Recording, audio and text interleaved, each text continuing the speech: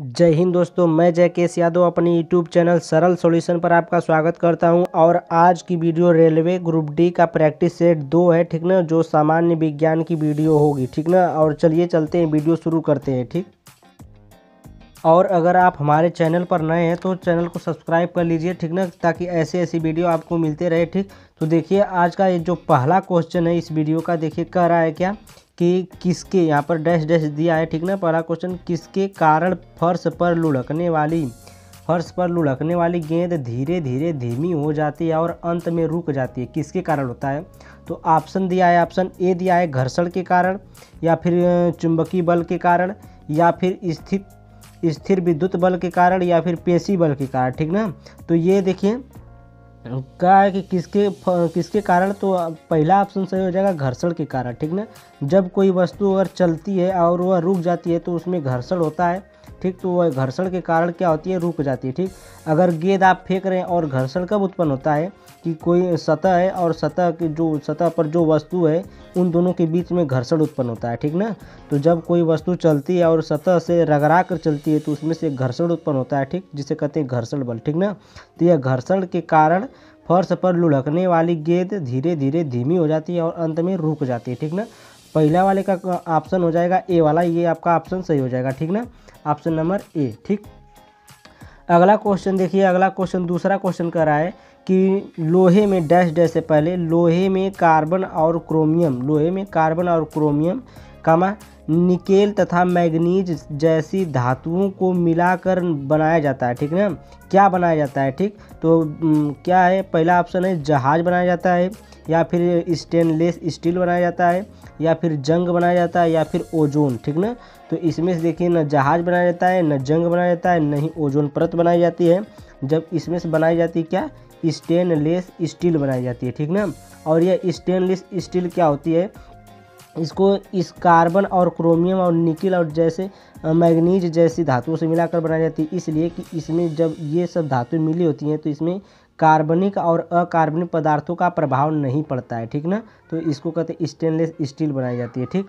अगला क्वेश्चन देखिए, तीसरा क्वेश्चन क्या कर रहा है कि समतल दर्पण द्वारा बनने वाला प्रतिबिंब होता है, क्या होता है, यहाँ पर डैश डैश दिया है। तो समतल दर्पण द्वारा बनने वाला जो प्रतिबिंब होता है कैसा होता है ये हमें बताना है। तो ऑप्शन नंबर ए दिया है लंबवत परिवर्तन होता है, बी दिया है वास्तविक प्रतिबिंब होता है, या फिर पार्श्व परिवर्तन होता है, या फिर बड़ा प्रतिबिंब होता है, ठीक ना।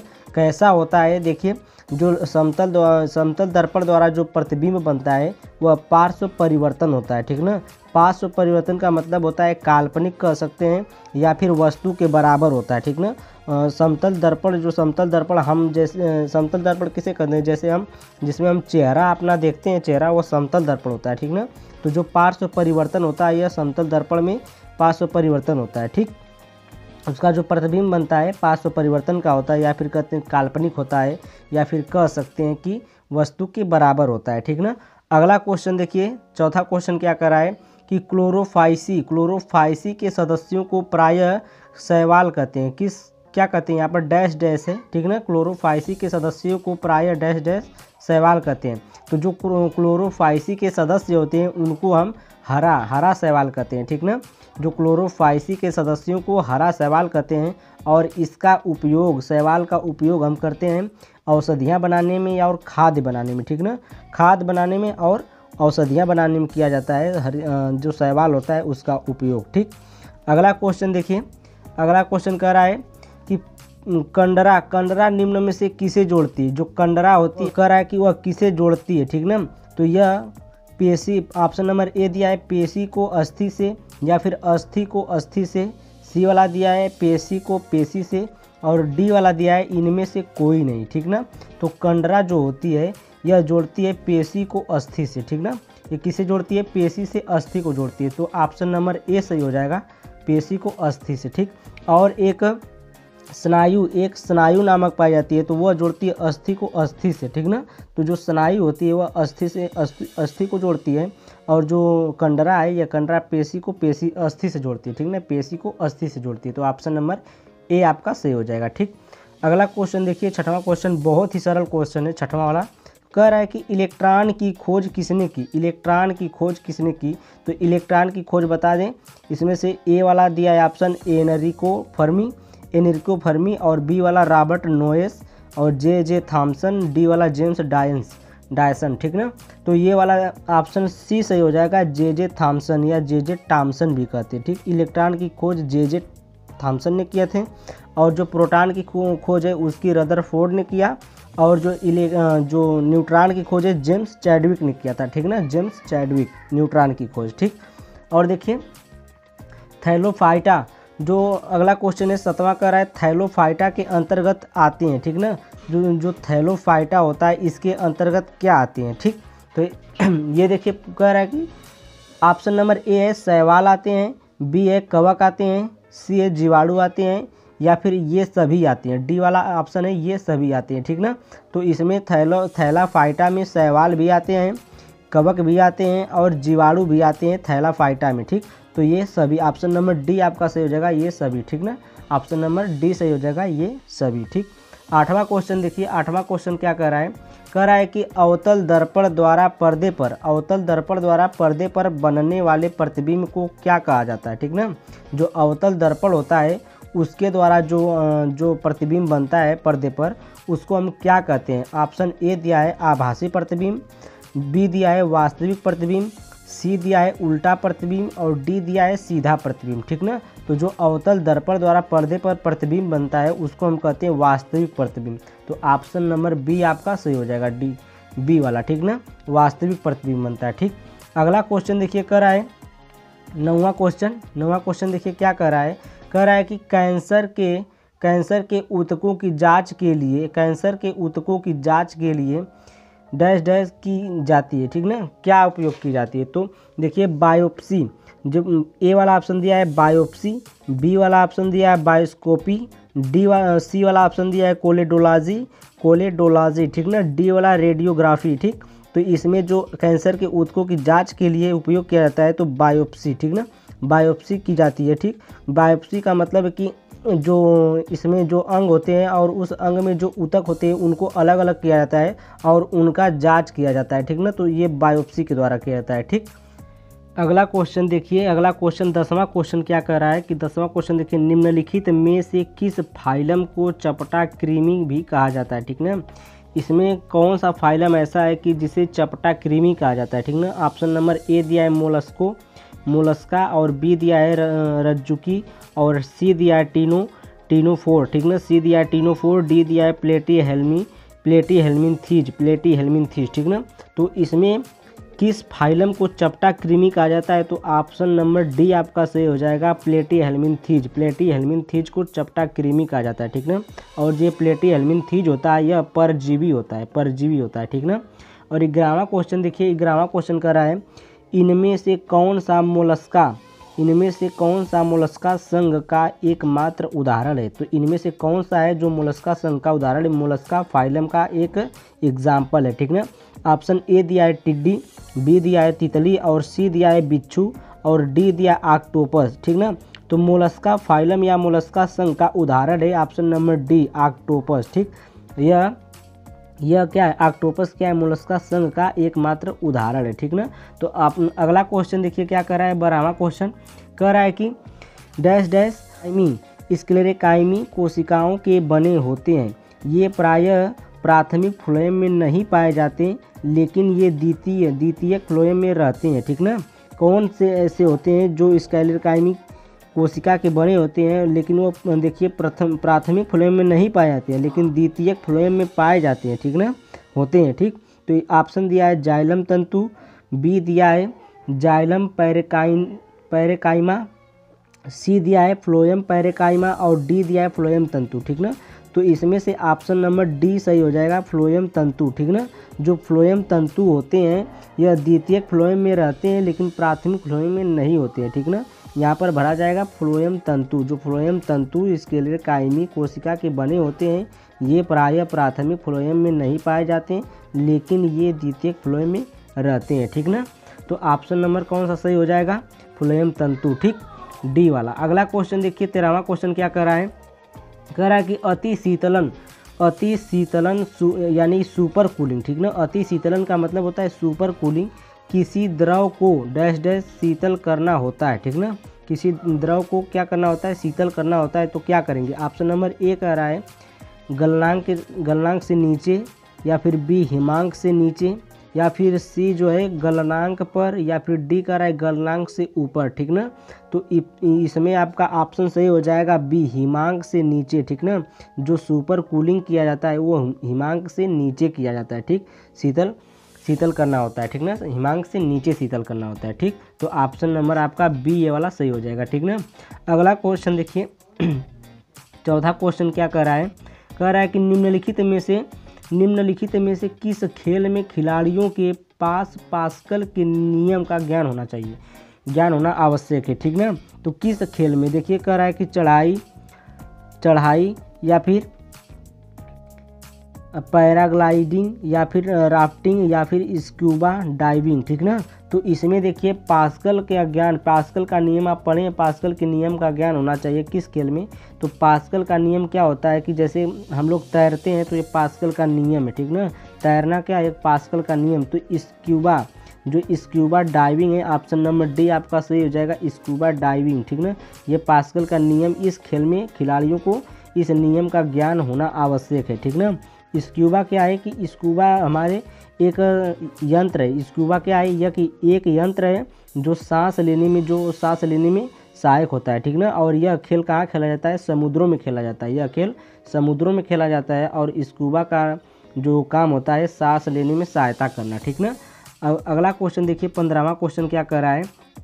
15वां क्वेश्चन कह रहा है कि निम्नलिखित में से किस अजीर्ण के इलाज के लिए उपयोग किया जाता है, ठीक ना। निम्नलिखित में से किसे अजीर्ण के इलाज के लिए उपयोग किया जाता है। अजीर्ण क्या है कि अजीर्ण एक पेट की बीमारी होती है, ठीक ना, अजीर्ण, ठीक। ऑप्शन नंबर ए कह रहा है एंटा एसिड, बी कह रहा है एंटीसेप्टिक, और सी कह रहा है कि एनाल्जेसिक, और डी कह रहा है एंटीबायोटिक, ठीक ना।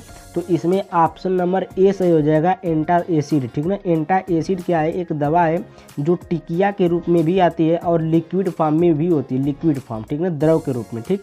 तो इसका उपयोग कहाँ किया जाता है, अजीर्ण के इलाज में किया जाता है, एंटा एसिड का उपयोग। ऑप्शन नंबर ए सही हो जाएगा, ठीक ना।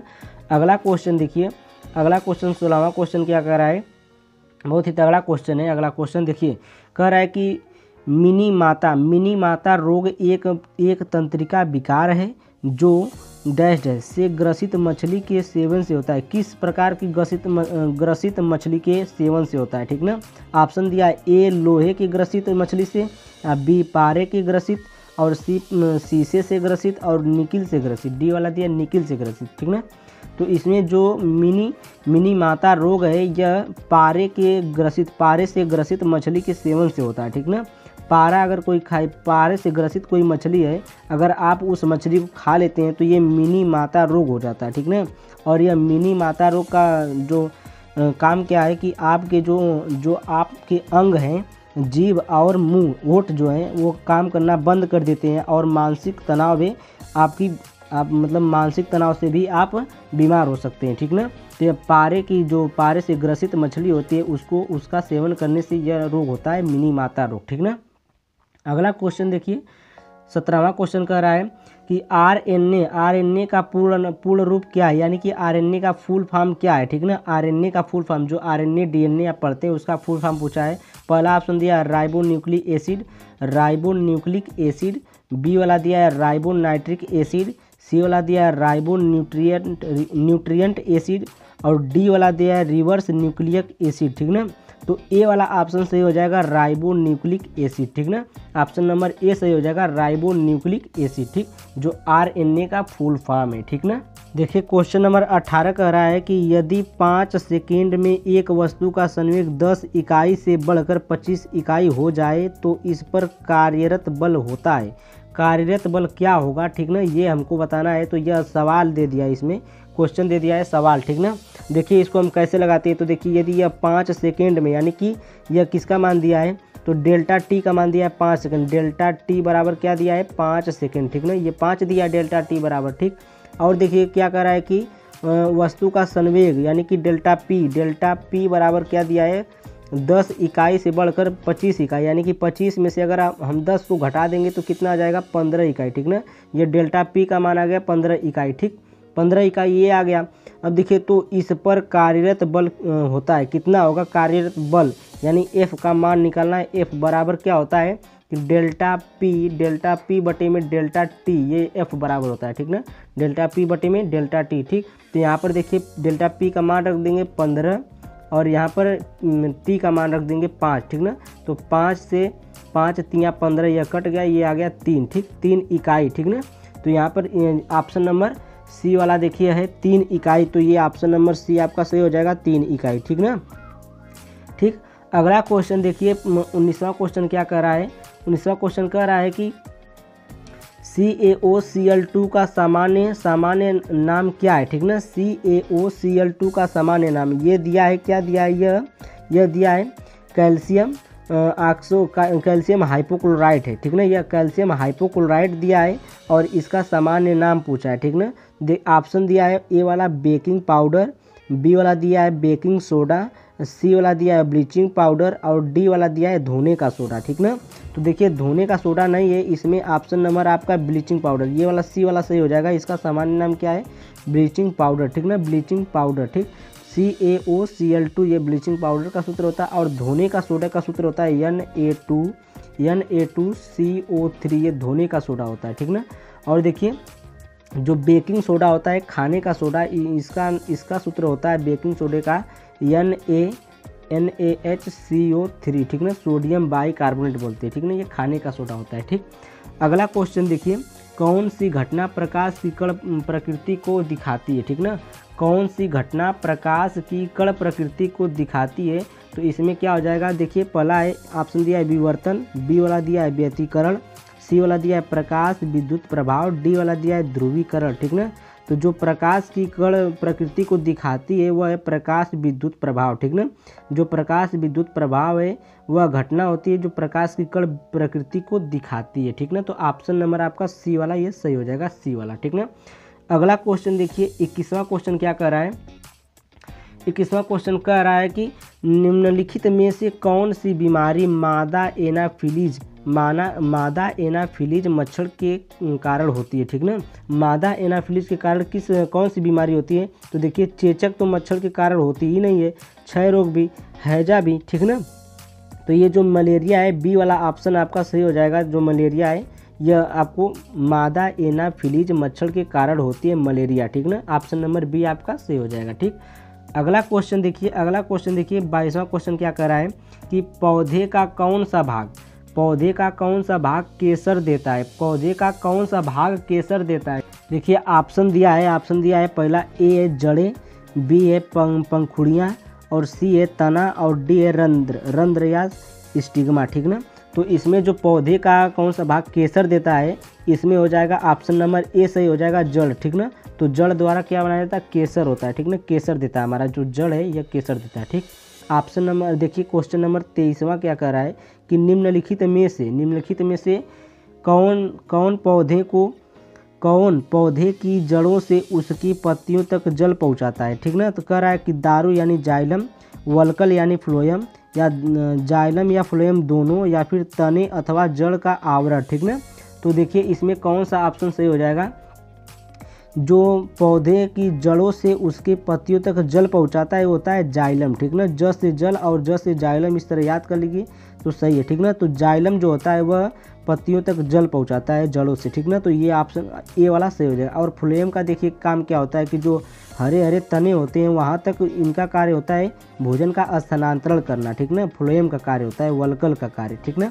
यह क्या करता है, भोजन का स्थानांतरण करता है जो हरे हरे तने होते हैं, ठीक ना, ठीक।